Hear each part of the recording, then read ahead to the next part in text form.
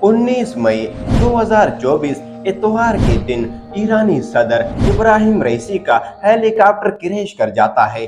तो आइए इस वीडियो में जानने की कोशिश करते हैं, ऐसा क्या हुआ जो इस हेलीकॉप्टर को क्रैश का सामना करना पड़ा।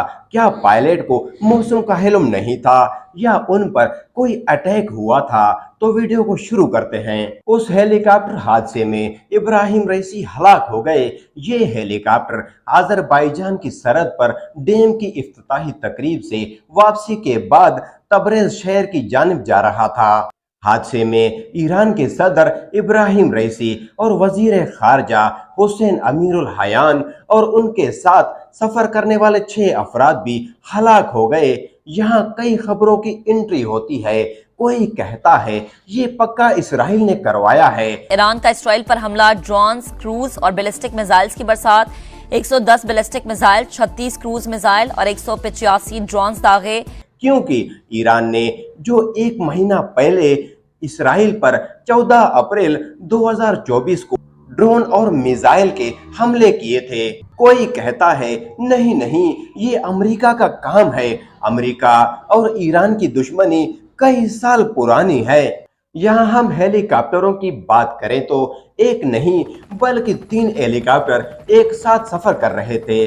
उनमें से एक हेलीकॉप्टर के पायलट गुलाम हुसैन इस्माइली कहते हैं कि सदर इब्राहिम रईसी के जो पायलट थे वो इन दोनों हेलीकॉप्टरों के कॉल इंचार्ज थे। कितनी ऊंचाई पर सफर करना है या कितनी दूरी पर सफर करना है, उन दोनों को गाइड करते थे। गुलाम हुसैन इस्माइली कहते हैं 45 मिनट सफर तय करने के बाद आगे बादलों का एक झुंड आया।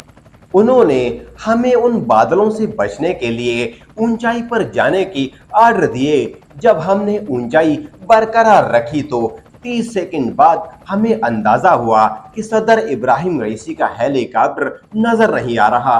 राब्ता करने की कोशिश की मगर राब्ता न हो सका।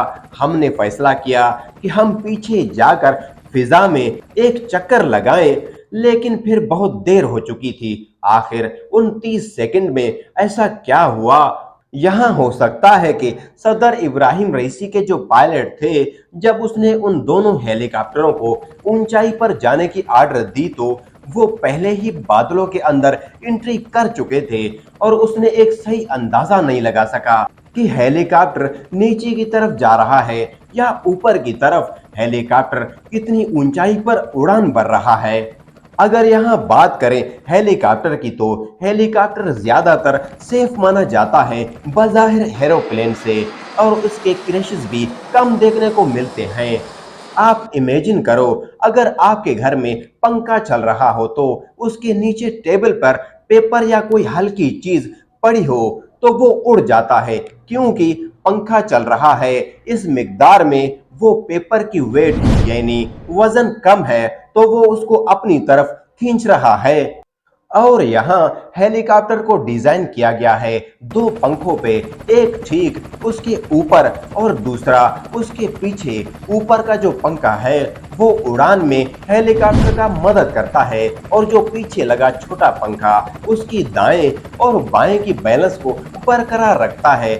और ज्यादातर सोशल मीडिया पर जो तस्वीरें वायरल हो रही हैं उनमें देखा जा रहा है कि जहां लाशें पड़ी हैं वहां रेस्क्यू टीमों की तस्वीरों में धुंध नजर आ रहा है और उनकी मीडिया की जानिब से तस्दीक की गई है कि हादसा मौसम की खराबी की वजह से पेश आया था।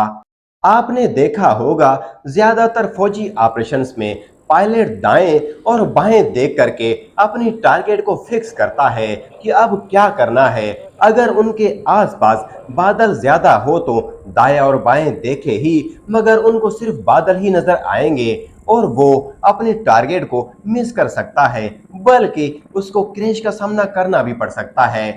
तो मेरे ख्याल से ऐसा ही हुआ होगा इब्राहिम रईसी के पायलट के साथ। तो आपको ये मेरी वीडियो इब्राहिम रईसी की हादसे के मुतालिक कितना तर सच लगा, मुझे वीडियो के कमेंट बॉक्स में कमेंट करके जरूर बताइएगा। और अगर आप पाकिस्तानी जहाज PIA जो